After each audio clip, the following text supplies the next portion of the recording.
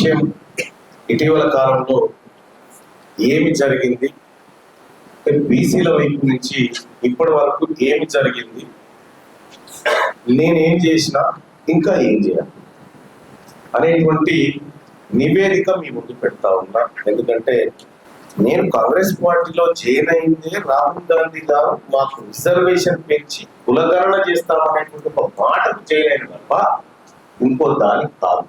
సరే, కులగణన విషయంలో కూడా చాలా మంది ఏమన్నా మరి మీరు మాట్లాడాలి ఈ అన్ని అవుకుంటూ వెళ్ళిపోతా ఉంటారు. అసెంబ్లీలో కానీ మండలంలో వస్తాం, క్షేమనిపిస్తుంది వాళ్ళని చూస్తే.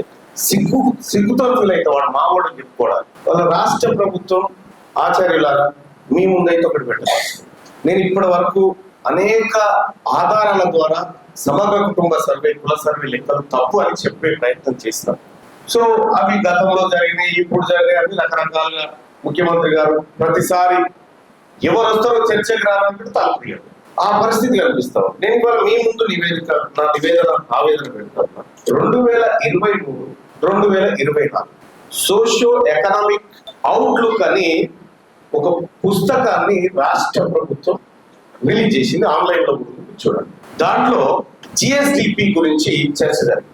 మొదటి చాప్టర్ లోనే జిఎస్డిపి సైజ్ వచ్చేసి తెలంగాణ రాష్ట్ర జిఎస్డిపి సైజు 14,64,000 కోట్ల రూపాయలు మొత్తాన్ని సైజ్, జిఎస్డిపి సైజ్ తెలంగాణ రాష్ట్రం.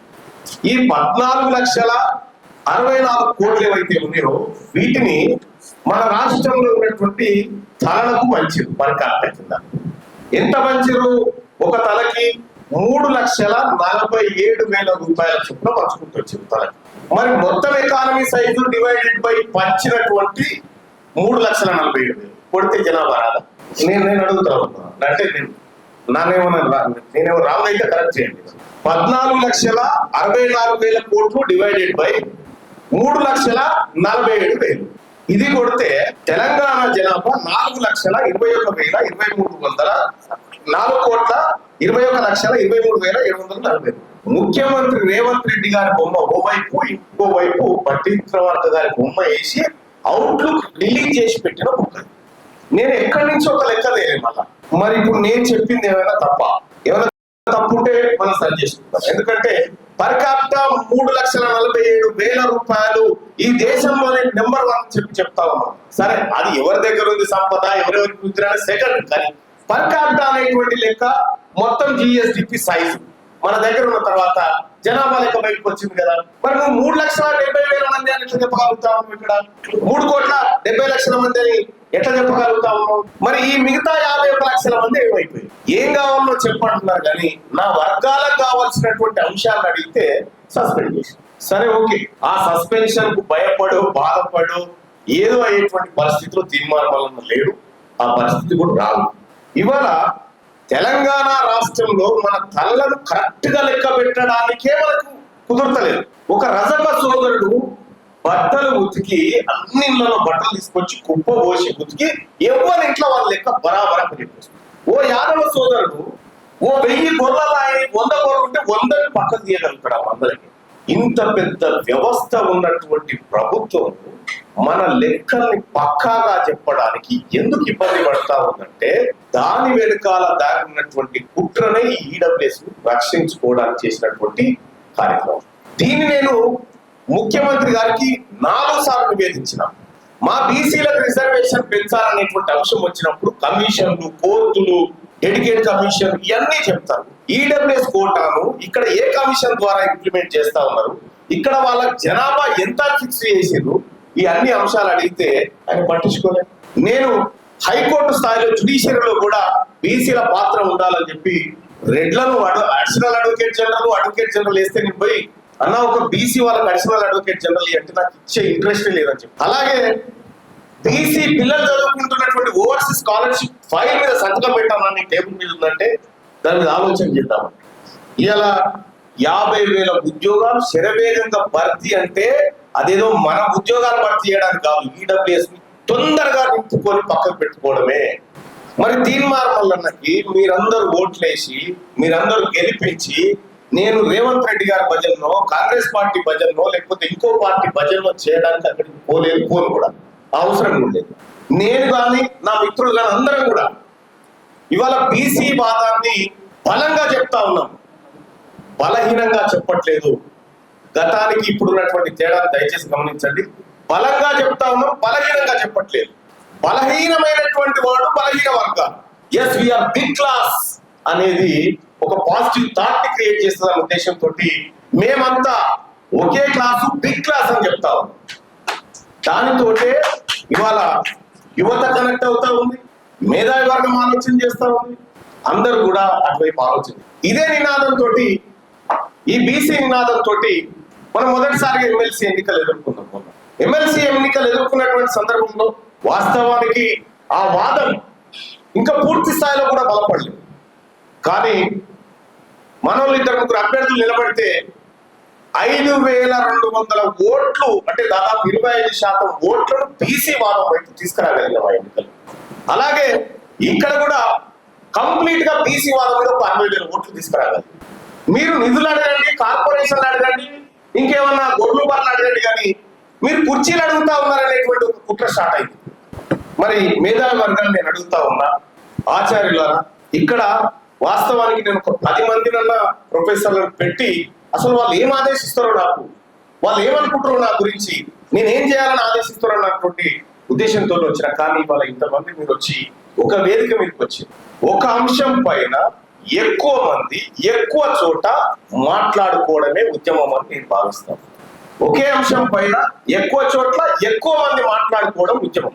ఇది పొలిటికల్ పవర్ రావాల్సినటువంటి మూమెంటే.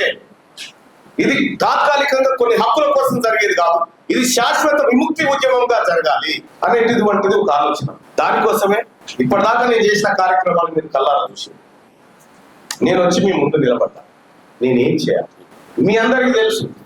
నేను కొంత అగ్రెసివ్ గా ఎందుకు ఉంటా అంటే ఉండాల్సిన అవసరం ఉంది కాబట్టి ఉంటా ఉన్నా.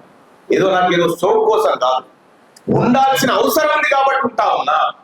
చాలా సార్లు కూడా మన మిత్రులు చాలా మంది మాట్లాడి ఎట్లా ఉద్యమానికి ఆర్థిక వనరులు అవి ఇవి అని మాట్లాడుతూ ఉంటాం. సో అవతలుడు కడుపు మీద అంతే తినొచ్చినాక దంతా వాడను అంటే కుదురుతా. నీవు కడుపు కాలుతున్నప్పుడు, నీ గుండె రగిలిపోతున్నప్పుడు నువ్వు యుద్ధం చేయి, సస్తావా ఉంటావా నాకు తెలియదు. ఉంటే శ్మశానం కాడ, లేకపోతే కుర్చీ కాడ, ఈ మధ్యలో ఉండే ఉద్యమాలు. అందుకోసమే నేను అత్యంత సీరియస్ గా ఫైట్ చేస్తా ఉన్నా. ఇన్ని రోజులు మనం ఏం చెప్పేదంటే బీసీలంతా ఏకం కావాలి, మనం అంత ఐక్యం కావాలి, ఇవి చెప్పేది. ఎప్పుడైతే ఒక పాజిటివ్ మేమంతా ఐక్యమైన అనేటువంటి వాడు తీసుకొచ్చినామో సీన్ మారిపోయింది. ఇప్పటిదాకా మనం నెగిటివ్ థాట్స్ లో చెప్పుకుంటూ వచ్చినామని వాటిని పాజిటివ్ థాట్స్ లోకి మలచడం ద్వారా మనం మంచి ఫలితాలను సాధిస్తా ఉన్నాం. ఎంతసేపు పిరికి నూరిపోయుడే మనోళ్ళకన్నా అవుతాదా పోతాదా అవుతాదా పోతాదా అవుతాదా ఎన్ని రోజులు చెప్తావు, ఇంకా ఇది చెప్పడానికి నువ్వు కావాలి. మరి నువ్వేం చేసుకోవాలని అంటే నేను వట్టిగా చచ్చిపోవడానికి సిద్ధంగా లేను, నేను వట్టిగా చచ్చిపోవడానికి సిద్ధంగా లేను. నేను చచ్చిపోతే 1,00,000 మంది సావుకు రావాలని నా పేరు ఈ భూమి మీద నిలబడాలి. అటువంటి ఉద్యమం చేయాలని వచ్చినది. మరి మీరందరినీ మీ దగ్గర ఈ ఉద్యమానికి కావాల్సిన మెటీరియల్ ఏముందంటే చాలా ఉంది మీ దగ్గర. ఏది చేసినా టాప్ గా చేయాలి, వాళ్ళకి ధీటుగా చేయాలనేటువంటి ఉద్దేశంతో చేస్తా ఉన్నాం. ఇలా బీసీలు కూడా భారీ బహిరంగ సభలు పెట్టుకోగలుగుతారు, హెలికాప్టర్లలో కూడా రాగలుగుతారు అనేటువంటి ఒక వాతావరణాన్ని రాజకీయ వేదిక మీదకి తీసుకురాగలిగి, ఏదో ఎక్కి తిరగడానికి సోకులకు కాదు. ఈ వ్యవస్థలో రావాలా వద్దా అని అడుగు ఇటాడు పడుతున్న ఇటు తటకును లాగడం కోసం చేస్తున్నటువంటి ప్రయత్నాలు. కాబట్టి ఇప్పుడే అన్న మీకు ఎజెండా చెప్పింది. మీ ద్వారా జరిగేటువంటిది అదేగా, మీ కింద ఉన్నటువంటి స్టూడెంట్స్ ఎవరైతే ఉన్నారో వాళ్ళలో కనుక వాళ్ళకు మీరు బీసీ పాఠాలు చెప్పగలిగితే ఈ తెలంగాణ రాష్ట్రంలో మలిదశ బీసీ ఉద్యమం తెలంగాణ ఉద్యమాన్ని తలపించే విధంగా ఉంటుందని నేను భావిస్తాను.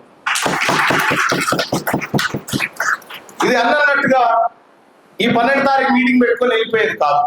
దీన్ని నెక్స్ట్ మీటింగ్ కు మల్టిప్లై చేయాలి. దీన్ని నెక్స్ట్ మీటింగ్ కు ఆచార్యులందరినీ మల్టిప్లై చేయాలి. వీళ్ళందరినీ మళ్ళీ ఒక వేదిక మీదకి తీసుకురావాలి. ఉస్మానియా యూనివర్సిటీలో ఒక 100 మంది బీసీ ప్రొఫెసర్లు ఏ ఉద్యమం చేయకుండా మధ్యాహ్నం లంచ్ చేసిన తర్వాత అందరూ ఒకేసారి నడుచుకుంటూ పోయి తన ఛాయ్ తాగి సప్పుడే లోపలికి రాదు. అదే ఉద్యమం స్టార్ట్. వట్టిగానే అటు పోయి అందరు ఒకేసారి పోయి ఆడ ఛాయ్ తాగొస్తే ఈ సమాజం అంతా ఏంది వీళ్ళు ఏం చేస్తున్నారు అని సైలెంట్ గానే రాదు, నినాదం కూడా ఎక్కడ తెలుసు. ఆయా యూనివర్సిటీలకు పోయి వాళ్ళు ఆ చిన్న చిన్న సమావేశాలు పెట్టి సమాయత్తం చేస్తారు.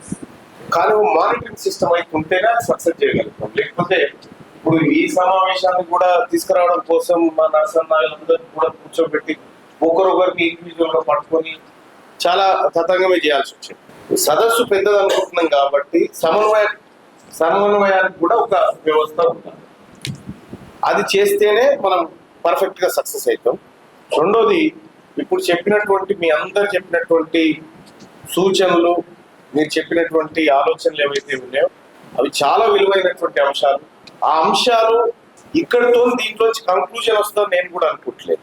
ఇంకా చాలా తర్కం జరగాలి, ఇంకా చాలా మదనం జరగాలి. జరిగిన తర్వాతనే ఒక కంక్లూజన్ బయటకు వస్తుంది. రకరకాల ఒపీనియన్ మీరందరూ చెప్పినటువంటి ఒపీనియన్, ఈ ఒపీనియన్లు అన్ని మళ్ళొకసారి మదించుకుందాం. అందుకోసమే మరొక సభ పెట్టుకుందాం. అది రాష్ట్ర స్థాయి సదస్సుగా పెట్టుకొని మన మహనీయుల జయంతులు ఉన్నటువంటి ఏప్రిల్ మాసంలోనే పెట్టుకోవడం వల్ల కూడా అది కొంత మంచి పాజిటివ్ మెసేజ్ పోతుంది. కాబట్టి మిగతా మీరు చెప్పినటువంటి అన్ని అంశాలను మేము నోట్ చేసుకున్నాం. మిగతా ఇంకా ఏమి చేయొచ్చు అనేది కూడా మళ్ళొకసారి ఆలోచించి మనం ఏప్రిల్ మన పూలే గారి జయంతి రోజు అవసరమైతే ఆ రోజు ఒక కంక్లూజన్ చేద్దాం. ఒక కన్ఫ్యూజన్ నుంచి ఒక కన్క్లూజన్ వైపు పోదాం. సో ఆ రోజుకు మళ్ళీ కలుసుకుందాం. ఈలోపు మనమంతా కూడా మన పరిధిలో, మనకు పరిచయం ఉన్నటువంటి పరిధిలో వాళ్ళని మోటివేట్ చేసి ఆ సభ కోసం సమాయత్తం చేయాల్సింది మీ అందరూ రిక్వెస్ట్ చేస్తాను. Thank you.